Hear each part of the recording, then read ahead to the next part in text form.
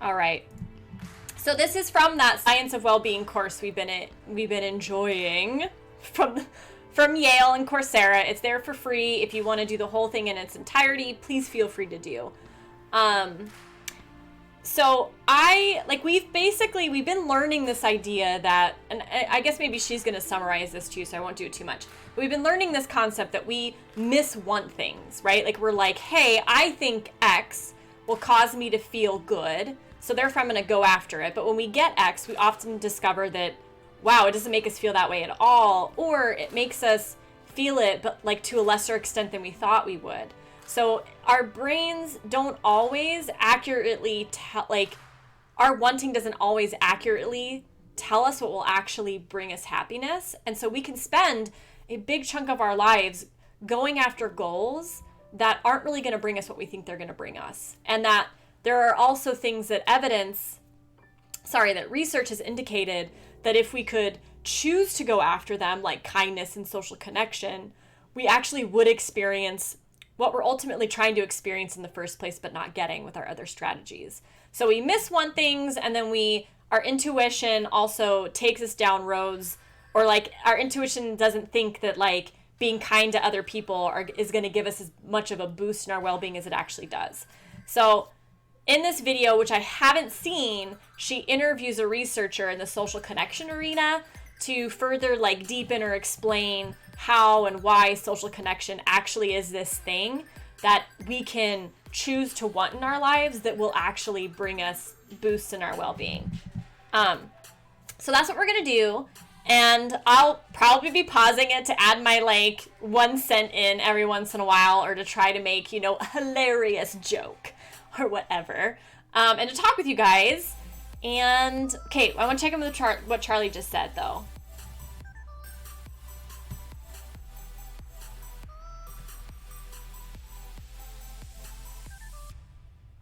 Whoa, Charlie, that blows my mind that this change with you like having friends coincided with like learning to speak a completely different language. That's fascinating. Yeah, and I'm wondering what about that, if it was like causal or correlated, like what about that allowed for this? I'm so glad you did, by the way.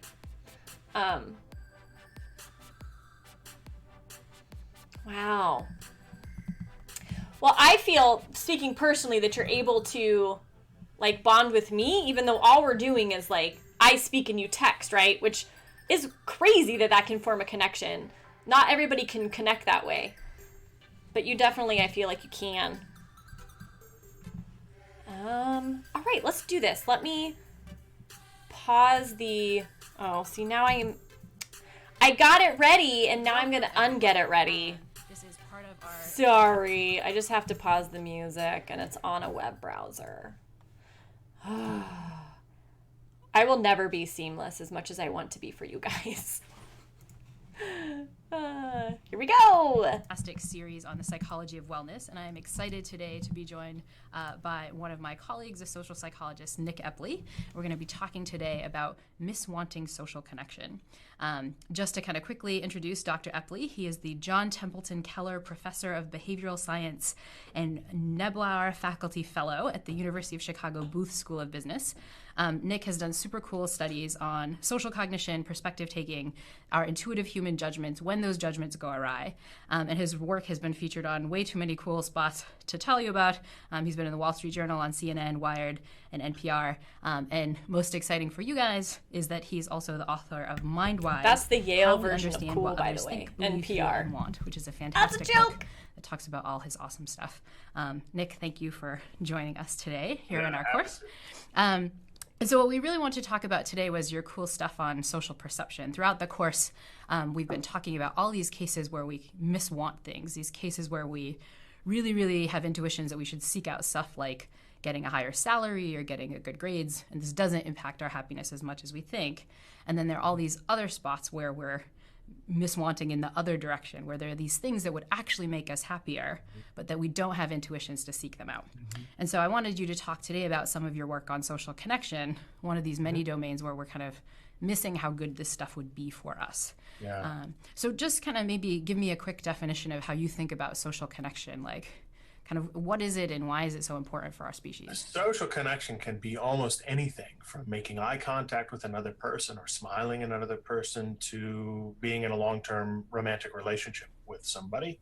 And it turns out that social connection across this entire spectrum tends to be pretty darn good for people. Or another way of saying that is the absence of social connection, social isolation, tends to be pretty awful for people. And in some ways, you kind of understand that. Like everybody has heard, I presume, who's in this class, understands that say solitary confinement in prison, for instance, probably heard that that's a pretty awful thing. Yeah. But what we find in our research is that people sometimes seek isolation. It seems seek solitude in places where it doesn't make them so happy, and they see in lots of ways to underestimate the benefits that can actually come from connecting with others, including, perhaps most important, with random strangers. Yeah, and this is one of my favorite of your papers because you've shown not just kind of big cases of social connection like in your life, but in these small daily interactions, just seeking out social connection matters. So tell us about the intervention you did on trains. What did you have people do? This is your So this earbuds, started Charlie. with really just an observation, which is one place that research often starts. So I knew a lot of the psychological literature demonstrating how important social connection was for happiness and well-being. These effects are just massive. And yet every day when I came into the office, I saw people in very close proximity to other people actively avoiding social connection. This seems like a paradox to me. I saw it on the train every single morning when I rode into my office in Hyde Park from the south side of Chicago. People would get on the train, line up along the outside window every day. It was exactly the same drill, would line up along the outside of the window. And as they were going down the tracks, and they were stopping, people would get on and line up next to them. And so you'd be sitting there cheek to jowl with another being perfectly delighted. They live in the same neighborhood. Yep. And then they would ride for 45 minutes into Chicago and treat each other like a lampshade. They would just ignore each other. Lampshade. And that was interesting to me as a psychologist because it could mean one of two things. One possibility is that people are being pretty reasonable here. That is, a lot of the data in psychology about the importance of social connection looks at really our connections with close others, relational partners, good friends, family members. And it may be that those connections really matter a lot, but that these connections with strangers could be just unpleasant or perhaps even negative. So that could be that people are being reasonable. The other possibility could be that people just misunderstand the importance of social connection for their own well-being. And so they've got this 45-minute period in their day, which on surveys, most people say is one of the least pleasant parts of their day, namely when they're commuting. And they could be thinking that connecting with this person would be unpleasant, and they might actually be wrong about that. Yep. So how would we find that out? We do what we do, which is we run an experiment. And so we did that, and one of the train lines runs south out of Chicago. And in one of our first experiments, we recruited people for a commuter survey, and we randomly assigned them to one of three different conditions. So if they were interested, they came up to us. We gave them an envelope, which included a $5 Starbucks gift card, which turns out to be one of the most valuable powerful things to get people to do studies. Yeah, get people to do anything for a $5 Starbucks gift card. So sad. And inside that envelope was a questionnaire. And we told them at the end of your ride, we want you to fill out that questionnaire, put it in the mail, and send it back to us. We then told them that on your commute today, we want you to do something. In one condition, we told them that what we want you to do is to just keep to yourself today. Just enjoy your solitude on the train ride in. That was our solitude condition. Another condition was our control condition. We told them just to do whatever you normally do on the ride in today, which is normally keep to yourself and sit alone, or sit by yourself at least.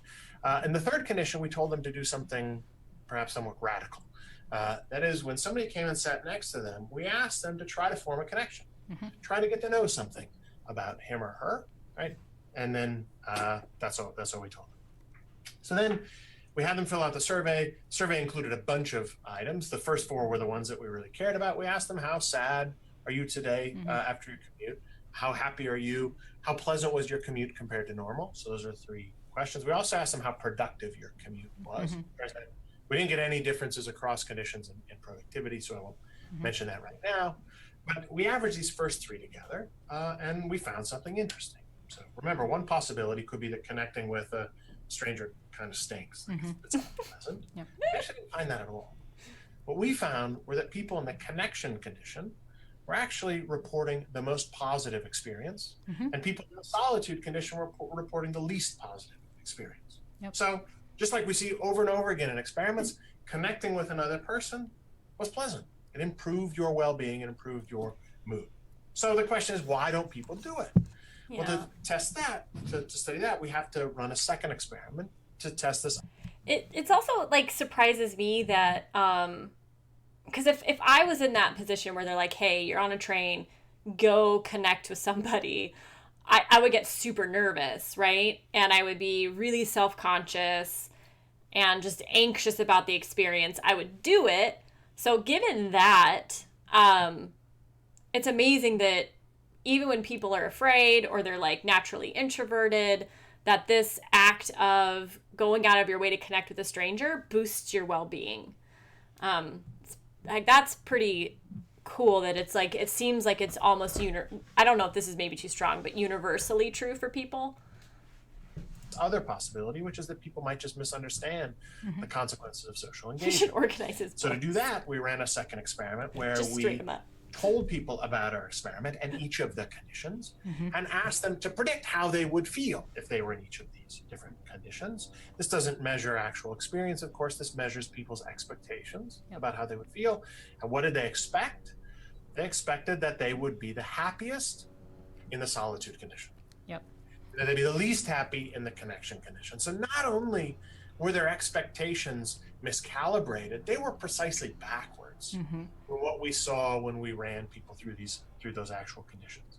We've replicated this in lots of other places too, on cabs, leaving Midway Airport here in Chicago, on buses downtown, in a waiting room that we created in downtown Chicago. Connecting with strangers turns out to be surprisingly pleasant. That's great. And I love that you included the productivity condition because, like, when I run the experiment in my head or when I think about how I interact with people on a train or a plane, I'm thinking, oh, I got to get this grant done. I got to do this other stuff. But what you're finding is that people don't feel like they're any less productive when they spend time talking to a person. They did predict that they would be less productive. So we did see differences in predictions on productivity. I'm too motion sick to do anything on a train. Productive in the connection condition than in the solitude condition. But it turned out there was no differences. Now, to be fair, we don't quite know how to interpret that result. So one possibility could be that people don't get anything done on the train at all. Anyway, right? Yeah. Right. And so you have all these plans to do all these things. It turns out you end up fiddling with your phone or really kind of wasting time. So that's one possibility. The other possibility, though, is that people may just reconstrue what it means to be productive.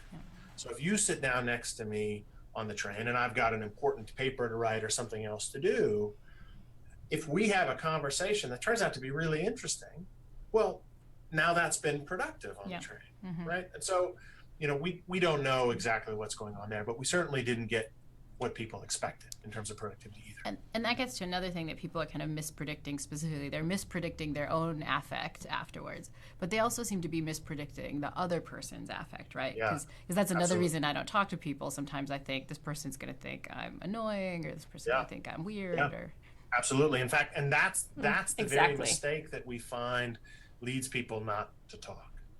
So what we did in some other experiments, we try to understand why is it that people think this will be unpleasant. It turns out if you ask them to imagine having the conversation, actually getting it started and getting going, they think it'll be pretty positive. They don't actually think it'll be negative. But what they think is that other people don't want to talk to them. Yeah. Right? So you sit down next to somebody who whips out their tool of disengagement and is fiddling around on their phone or their iPad or whatever, and you look at them and you infer, well, I guess they don't want to talk to me. Of course, you're doing the same thing. And so what we find is that people tend to systematically think that other people are less interested in talking to them than they are in talking to other people. And if you don't think another person would be interested, then you think it would be unpleasant. As far as we can tell, people are just wrong about that. And so I could see a couple of reasons why we have this misprediction, right? One is that we maybe more than ever have data that other people don't want to talk to us because other people are engaging on these devices and doing this stuff. Another is just we're just off about how important social connection is broadly. Just our minds just don't pick up on it. Do you have a sense of what's going on there? I think it's probably the latter. So I think it's been true for a very long time that people haven't connected very openly with strangers. And if anything in modern life, we're probably connecting more with strangers than ever before, at least in the long arc of human history. So Stanley Milgram of the obedience experiment fame, after he ran those experiments, got interested in some of these paradoxes of urban life. So why is it, for instance, that people in large urban centers often report feeling more lonely than people in rural environments? And he reported exactly the same norms on the trains in New York City as we find on the trains here in Chicago today. So I don't really think that there's something new about modern technology that's creating this disconnect. I think people really dramatically underestimate how important connection is, or perhaps underestimate how painful isolation can sometimes be. So consider another study by Danny Kahneman and Agnes Deaton, two psychologists and sociologists at Princeton. They did an analysis of about 500,000 people surveyed by Gallup, which looks at the effects of a bunch of different variables, factors on happiness and well-being. One is money, for instance. And so what they did was they calculated in their data set, what's the effect of a 4-fold increase in wealth, in income, rather, not wealth, but income, on your happiness. This is going from the bottom quartile to the top quartile in their income measure. And they compared that against a bunch of other different variables that could also be correlated with happiness. One of them was, did you report feeling alone yesterday? The effect of that alone question, the effect of feeling alone on happiness was 7 times bigger than a 4-fold increase in income. Wow. It's crushing. I mean, it's a huge effect. And I think people just dramatically underestimate that. One of the things that I'm thinking as I'm hearing these guys speak is, so like I hear this experiment on the train as a challenge. It's like, okay, Catherine, next time you're on a train, you're going to have to talk to somebody because you know that that's good for your well-being and it's good for theirs, right? And I get like really overly dramatic about it, super uptight about it. And really that's taking it too far, right? And instead, it's just this idea that we underestimate the value of social connection, overestimate the value of social isolation, and that we are capable of increasing the social connection in our own life, no matter who we are, no matter where we're at. And it can be as simple as engaging with a stranger. And maybe that's complicated for you, and that's okay. You don't have to do it, right? There are so many other ways that we can connect with people. Like we're doing it right now.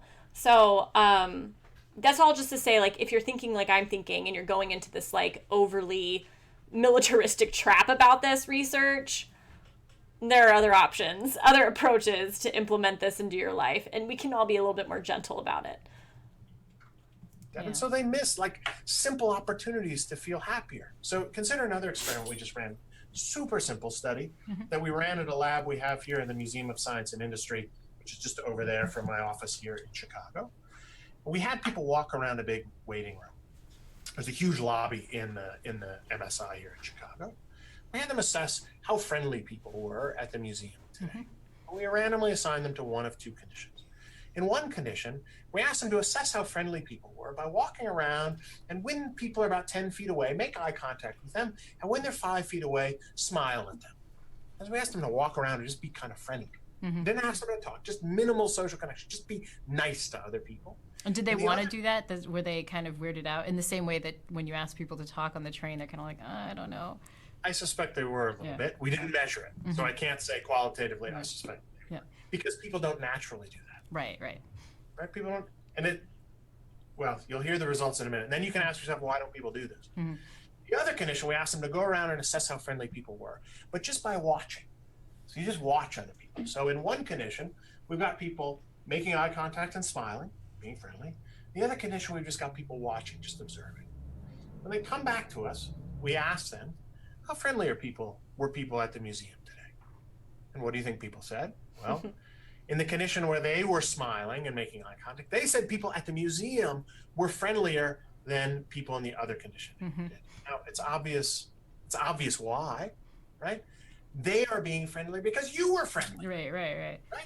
Other people will smile back at you, even if they're not smiling at you to begin with.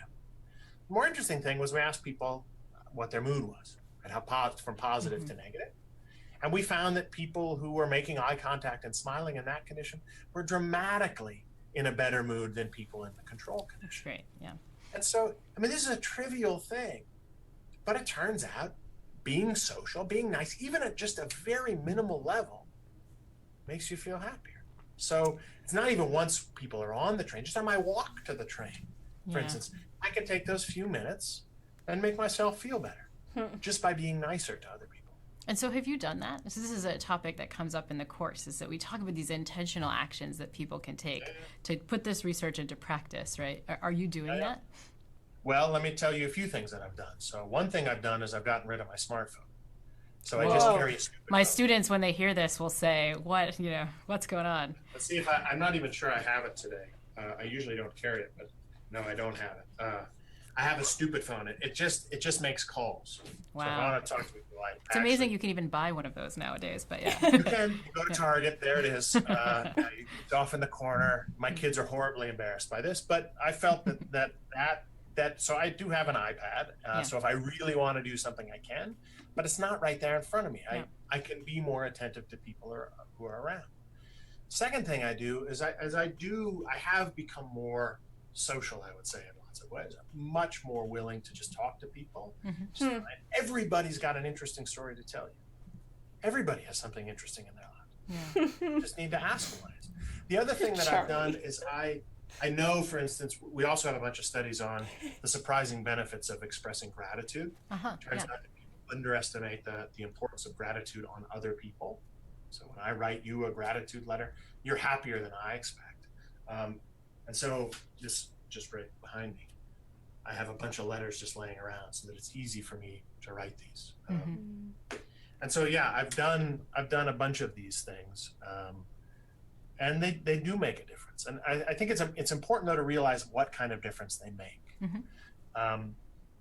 They make a difference in the moment. There's an important thing, I think, to understand about happiness and what you get from social connection. People often think about happiness like height, like it's a permanent thing. That, once if I do X, Y, or Z, then I'll be happier and I'll always stay that way.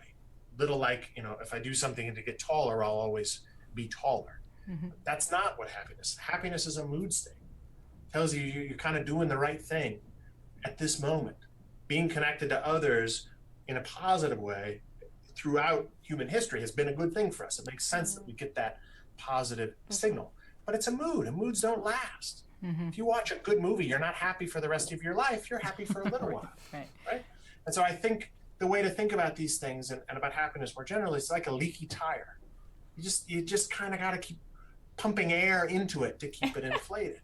So I try just in these little moments to do that. So this line of work, without question, is something that's led me to live my life differently. That's awesome. And as you think about kind of structures that we can put in place in institutions and in our daily lives and, in academics, are there ways that we can enhance social connection throughout these structures? In a class, I talk about this essay from a former Yale student who passed away. She has this essay on the opposite of loneliness. And she says that one of the things that's amazing about college is that she experiences this concept that she has, which is the opposite of loneliness. She says we don't have a word for it, but it's just kind of like feeling like people are around and you can talk to them in the dining halls and these kinds of things.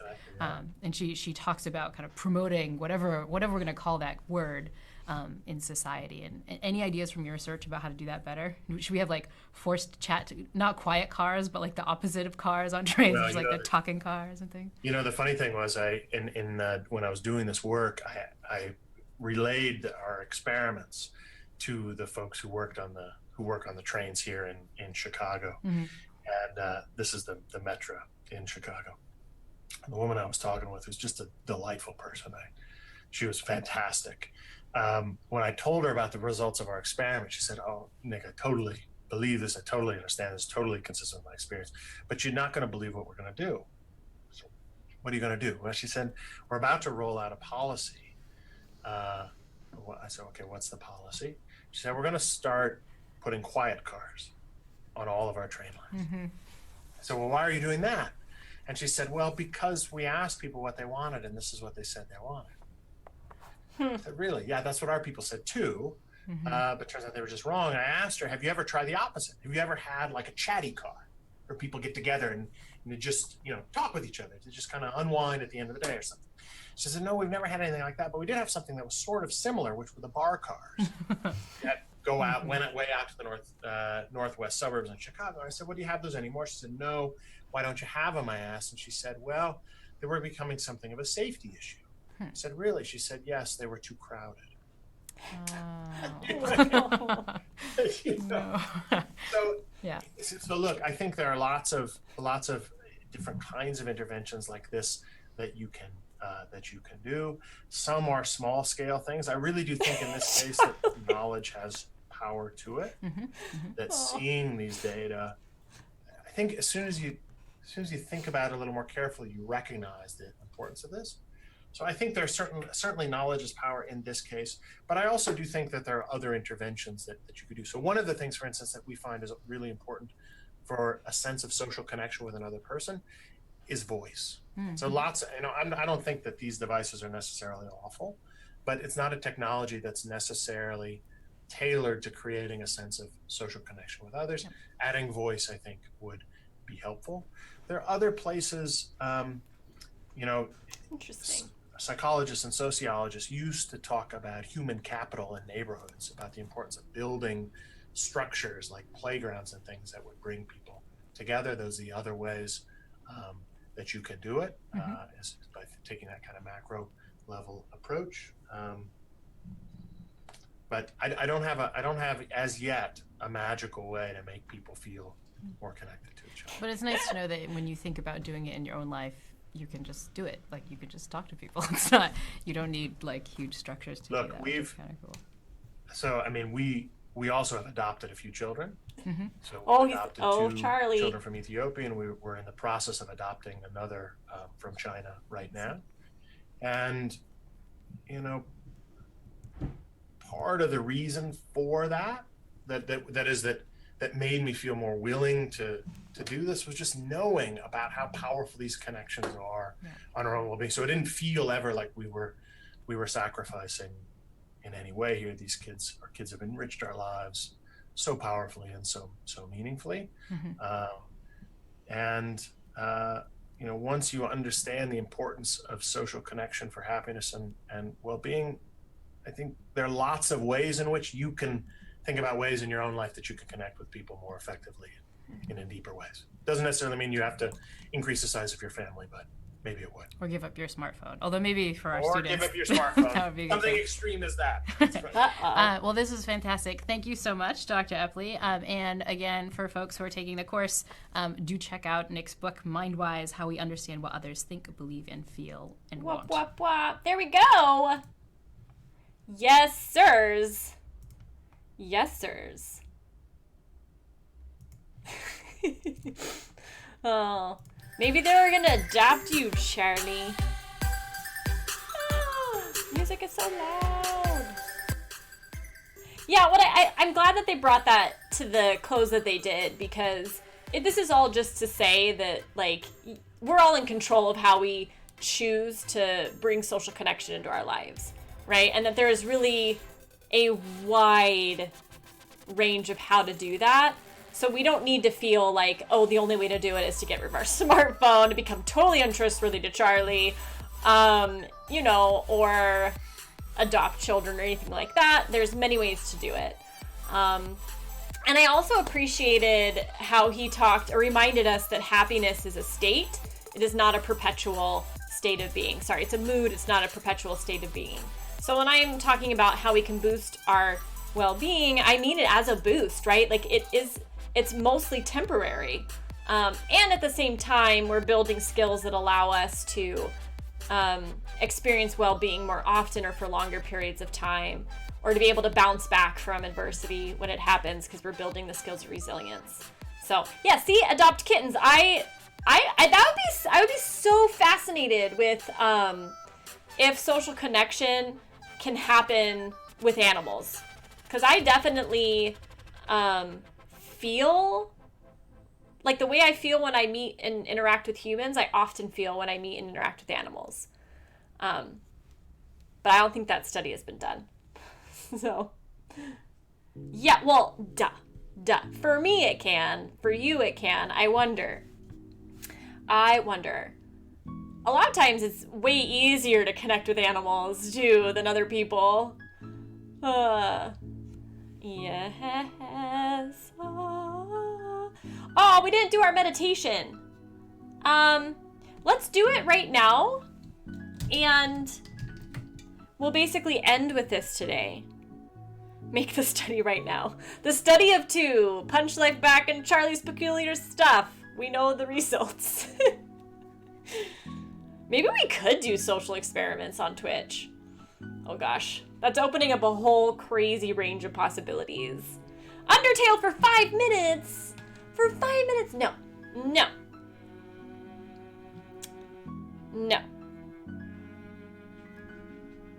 It's hard to say no to you, Charlie. But I'm gonna do it. For 5 minutes. I have work. I have to work. One of these days, maybe I won't have to work. So yeah, if you want to meditate, go ahead and get comfortable with me. This is our mindfulness power-up. Go ahead and close your eyes.